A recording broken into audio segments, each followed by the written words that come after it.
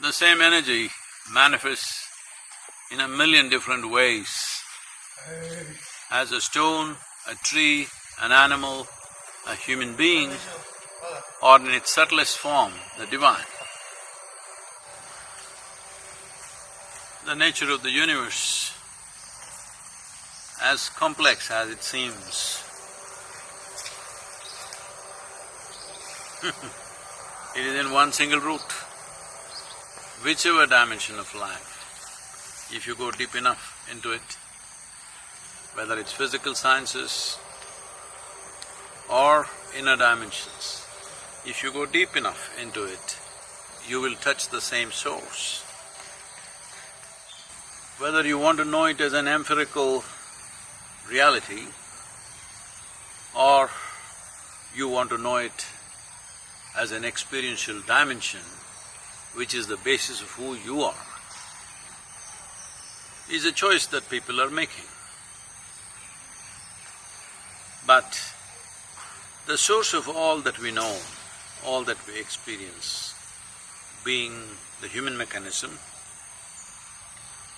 what is light, what is darkness, what is red, what is blue, what is man, what is woman, what is anything or anything else, is all known to us only because through our sense perceptions we perceive and we see it within ourselves. We don't see or hear anything around us, we hear it within ourselves. So our perception, our experience is 100% determined by the nature of how we are made.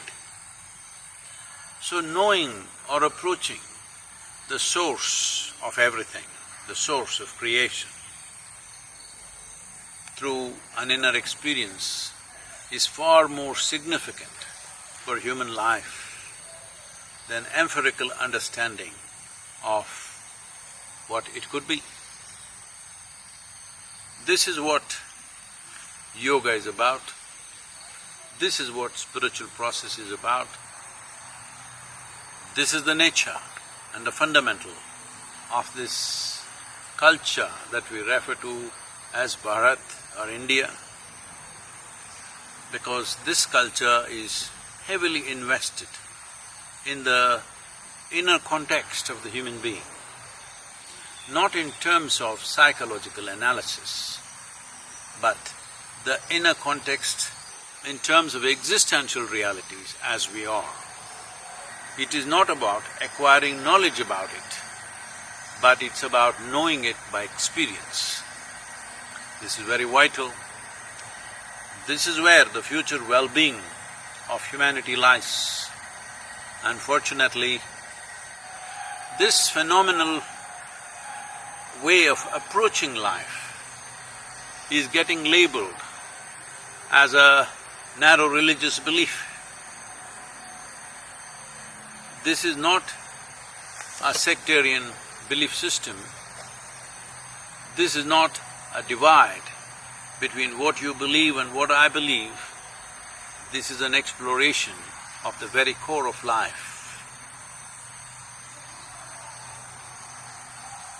There is no doubt, as human intelligence evolves and blossoms and crosses boundaries, this will be the way of the world.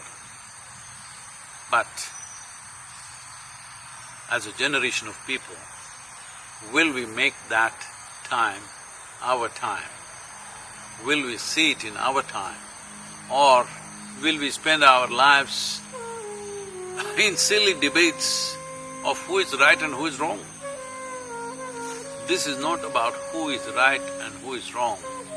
This is about what is the truth about life. It's my wish and my blessing. In this generation, we achieve this asato ma satgamaya, that every one of us will strive to move from untruth to truth. The question is not about who is right and who is wrong.